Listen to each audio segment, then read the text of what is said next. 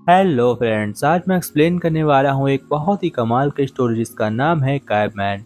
इस मूवी में हमें दिखाया गया है कि इंसानों का जब पूर्ण रूप से दिमाग विकास नहीं हुआ था तो वो लोग कैसे रहते थे। इस कहानी की शुरुआत में हम देखते हैं आर्टवर्क नाम के एक आदमी को जो एक फल तोड़ने के लिए एक पेड़ के पास जाता है, लेकिन तभी वह पौधा उसके गले में फंस जाता है। वो बहुत ही मुश्किल से वहां से एक फल तोड़ कर ले आता है और हम देखते हैं कि उनका कबीला एक होता है जहाँ पर एक ड्रैगन भी रहता था और वह उनके ऊपर अटैक कर देता है। लेकिन वह उस ड्रैगन से बचते हुए अपने कबीले की ओर भागता है और तभी वहां पर सरदार एक पेड़ पर चढ़ जाता है ताकि वह ड्रैगन उसे खा न सके। लेकिन ड्रैगन बहुत ही पावरफुल था, वह पेड़ को आसानी से गिरा देता है। इधर ऑटो एक पत्थर के पीछे छुप जाता है और ऑटो का भाई वहां से भाग जाता है और इन्हें आज फिर निराशा का सामना करना पड़ता है क्योंकि इन्हें खाना नहीं मिला था। हम देखते हैं कि ऑटो का भाई खाना ढूंढने के लिए काफी दूर तक अकेले निकल जाते हैं और बहुत दूर मेहनत करने के बाद भी इनके हाथ कोई भोजन का स्रोत नहीं लगता, इसलिए ये लोग वापस लौट आते हैं। हम देखते हैं कि सभी निराश से इस गुफा के अंदर बैठे होते हैं और सोच रहे होते हैं कल उन्हें क्या करना होगा। इधर हम देखते हैं कि ऑटो के पास अभी एक फल था और वह फल ऑटो ले जाकर सरदार की बेटी को दे देता है। सरदार की बेटी वह फल खुद नहीं खाती बल्कि सरदार को दे देती है। अब हम देखते हैं दूसरे दिन और सरदार अपने लोगों के साथ दूसरे दिन जंगल की ओर जाता है जहां पर उसे रेड तरह के फल मिलते हैं, लेकिन वह फल कैसे होते हैं इन्हें पता नहीं होता है। इसलिए सरदार इन सभी फलों को ऑटो को खिलाकर देखता है। ऑटो बेहोश हो जाता है और वह कुछ फल तोड़कर ले आता है अपने साथ। अब हम देखते हैं कि ऑटो एक दिमाग लगाता है और सरदार की बेटी को उस फल के अंदर उन बेहोश वाले फल को रख देता है ताकि सरदार की बेटी जब यह फल खाए तो वह बेहोश हो जाए।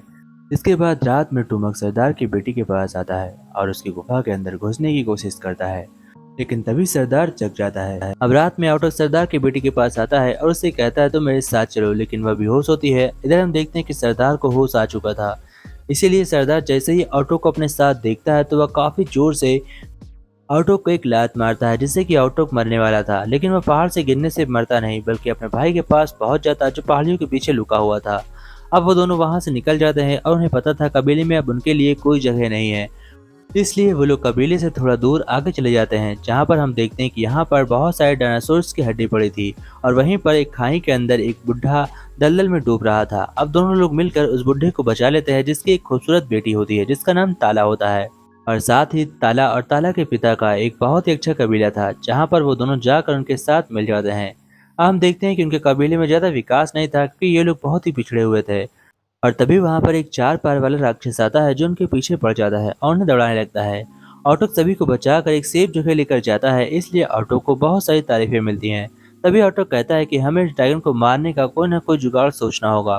तभी वो लोग जाकर गुफा के अंदर छिप जाते हैं। यहीं पर हम देखते हैं कि सरदार के लोग भी वहां पर आ जाते हैं, यानी कि उसका पुराना कबीला, जिसे देखकर ऑटो के लोग छुप जाते हैं और सभी सेफ हो जाते हैं। अब सरदार का कबीला जा चुका था।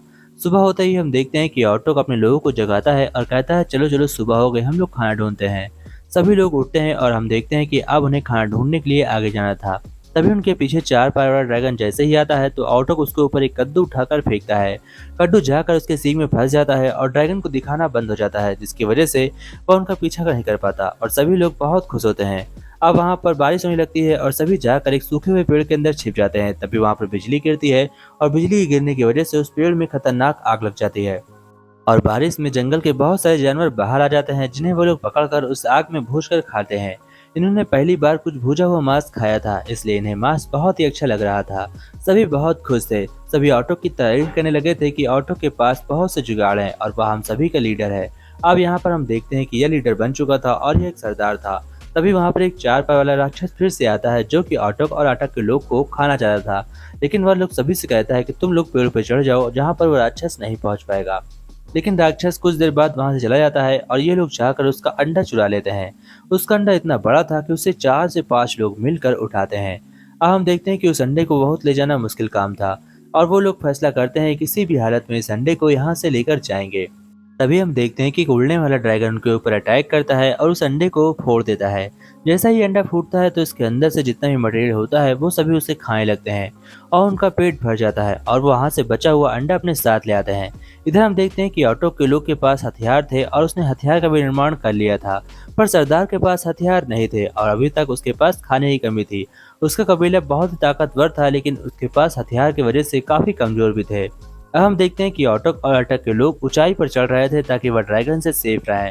वो लोग ऊंचाई पर रहकर सबसे ऊंचे रहना चाहते थे। इधर हम देखते हैं कि सरदार और सरदार के लोग पानी में नहा रहे होते हैं।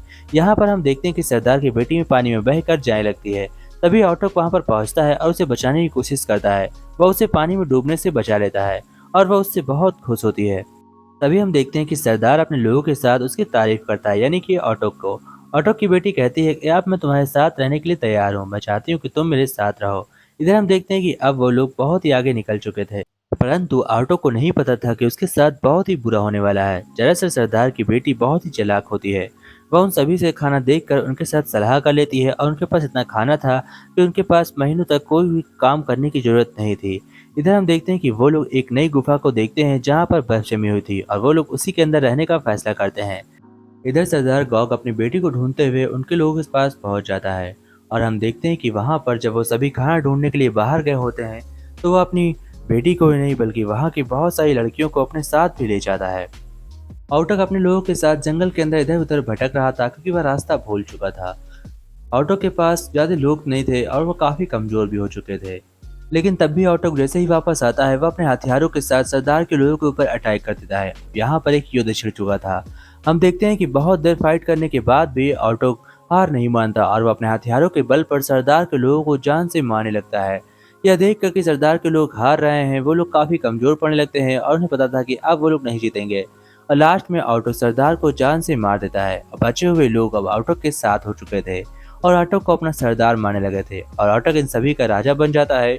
और वह सरदार की डॉटर को छोड़कर अब हम देखते हैं कि वह अपनी टाला को अपना लेता है और कहता है, टाला मैं तुमसे शादी करके तुम्हें अपनी रानी बनाना चाहता हूँ। और वो दोनों लास्ट में एक साथ हो जाते हैं।